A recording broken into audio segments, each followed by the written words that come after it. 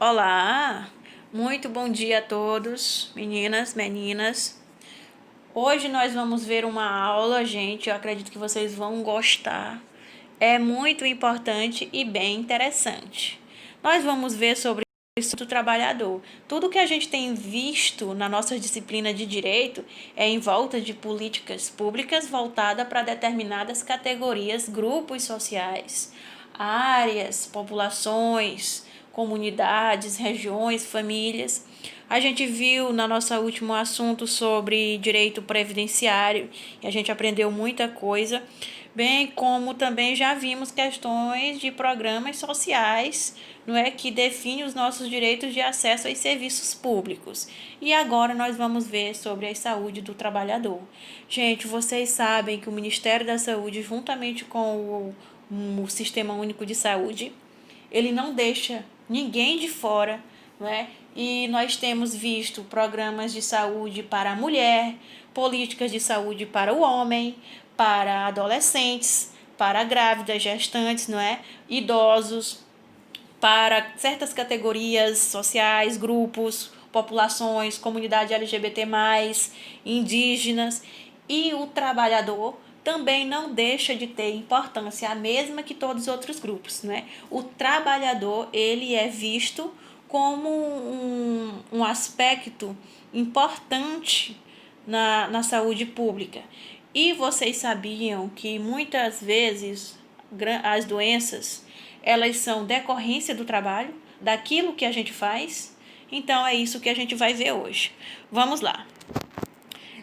Em relação à questão sobre doenças, complicações, acometimentos em função do trabalho, esse conceito tem evoluído de acordo com a Organização Mundial da Saúde, Ministério da Saúde, né, até modelos técnicos científicos. Primeiro tivemos medicina do trabalho, tivemos saúde ocupacional e, por último, nós temos determinado saúde do trabalhador.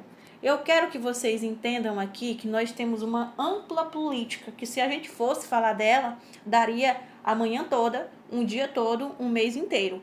Mas se vamos falar aqui apenas aquele básico que interessa, vamos entender que temos uma Rede Nacional de Atenção Integral à Saúde do Trabalhador, RENAST. Essa é a principal política voltada para os trabalhadores nas mais diversas áreas: educação, saúde, engenharia, que mais? Várias outras que existem que são incontáveis. Nós temos a relação de uma estratégia de implementação de uma política nacional de saúde do trabalhador, que traduz-se em uma reorganização de um modelo assistencial para um modelo da vigilância em saúde. E nós vamos ver aqui, gente, quais são as ferramentas de estratégia que visam as questões em volta do trabalhador.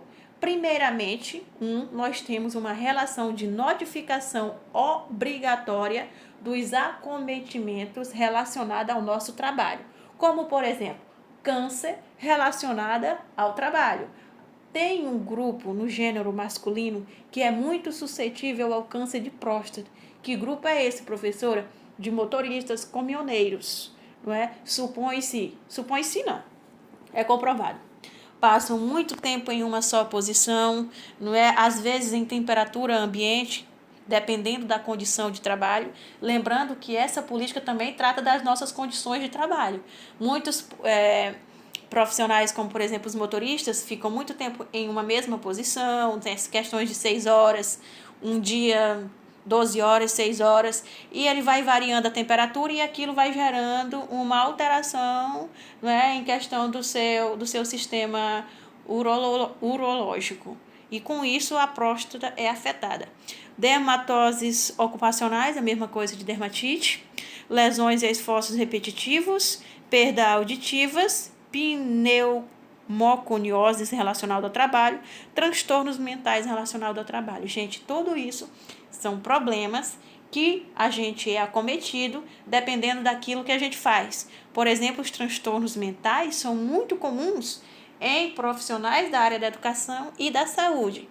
Supõe-se que por questões de desvalorização, o não reconhecimento, muitas das vezes a carga exaustiva, bem como também insatisfação na realização daquilo que você faz provoque, né, complicações emocionais e com isso logo mais teremos problemas mais sérios como depressão, ansiedade e mais possível, e uma das piores complicações, suicídio. É isso que eu quero que vocês entendam e vocês entenderam até agora. Vamos para 2. Ferramentas para a estratégia 2. PSF e NASF são os órgãos que trabalham para garantir ao trabalhador uma assistência. Nesse contexto, né, nós temos também outras retaguardas especializadas. Nessa categoria aqui, a principal pergunta é: o que é que você faz? Qual é a sua profissão? Muitas vezes a gente entra na saúde, toda vez quando a gente entra em uma instituição, a principal pergunta é: o que é que você faz? Oxe, isso é para quê? É para identificar se os seus sintomas, aquilo que você sente, está relacionado àquilo que você faz. E se for comprovado que você adoeceu por conta do seu trabalho, você também tem seus direitos garantidos frente à justiça, às políticas, às leis, normas, legislações que definem que se eu adoecer em decorrência do meu trabalho, eu tenho que ter um amparo.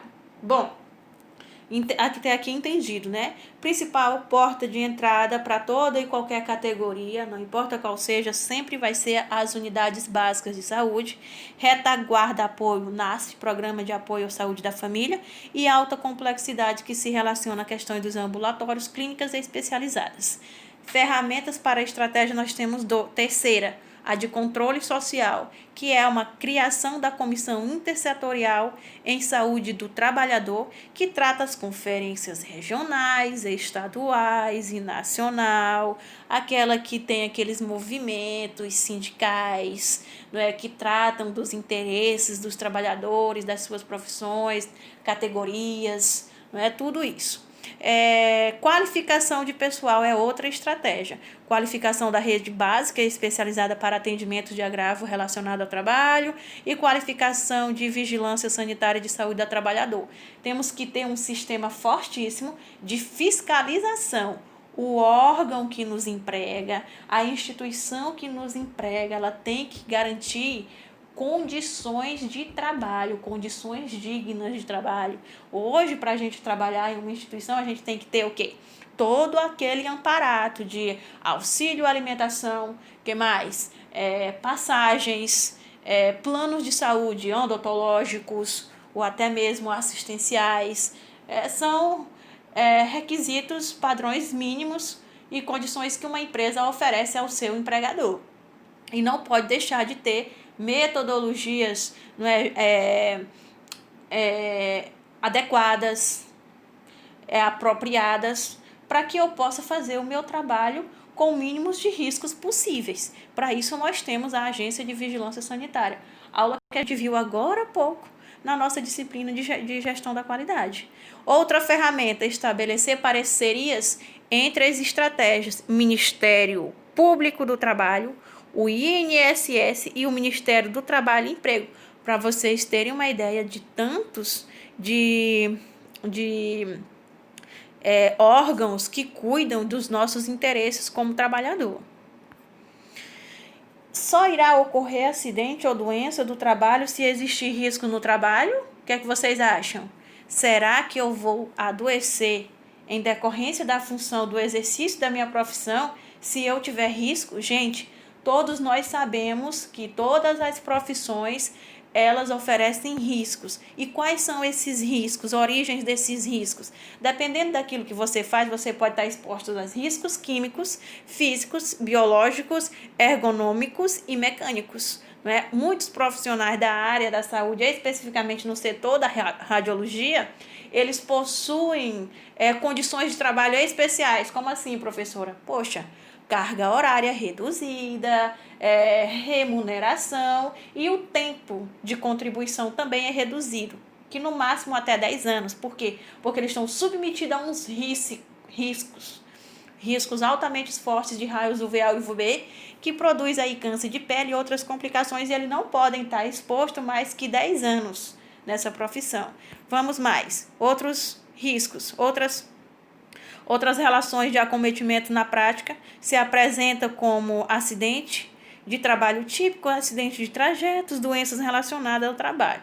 Lesões por esforços repetitivos, muito comum. A gente sabe que dependendo daquilo que a gente faz, a gente é submetido a uma série de esforços repetitivos em uma longa rotina diária, mensal, anual.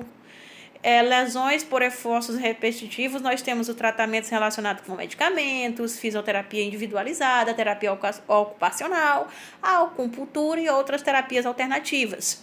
Perda auditivas por ruídos, muito comum em profissionais de telemarketing. Intoxicações químicas que provêm complicações agudas ou até mesmo crônicas e outras doenças como transtornos psíquicos e assédio moral.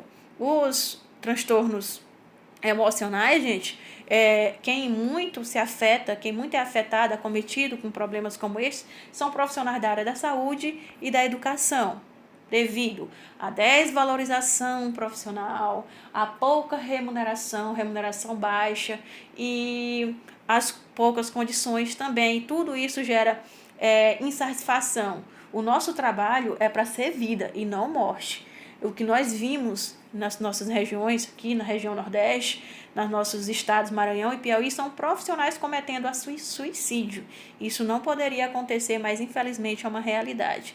Nós, profissionais da área da saúde, nós estamos acometidos, ou melhor dizendo, sobre riscos de acidentes com pérfuro cortantes, doenças osteomusculares e transtornos psíquicos. Bom, isso é tudo. Eu espero que vocês tenham entendido. Para a aula de hoje não temos atividade, até porque na próxima semana eu concluo esse assunto. E aí nós vamos ter uma atividadezinha final. Um beijo a todos. Aproveitem, gente. Tchau, tchau.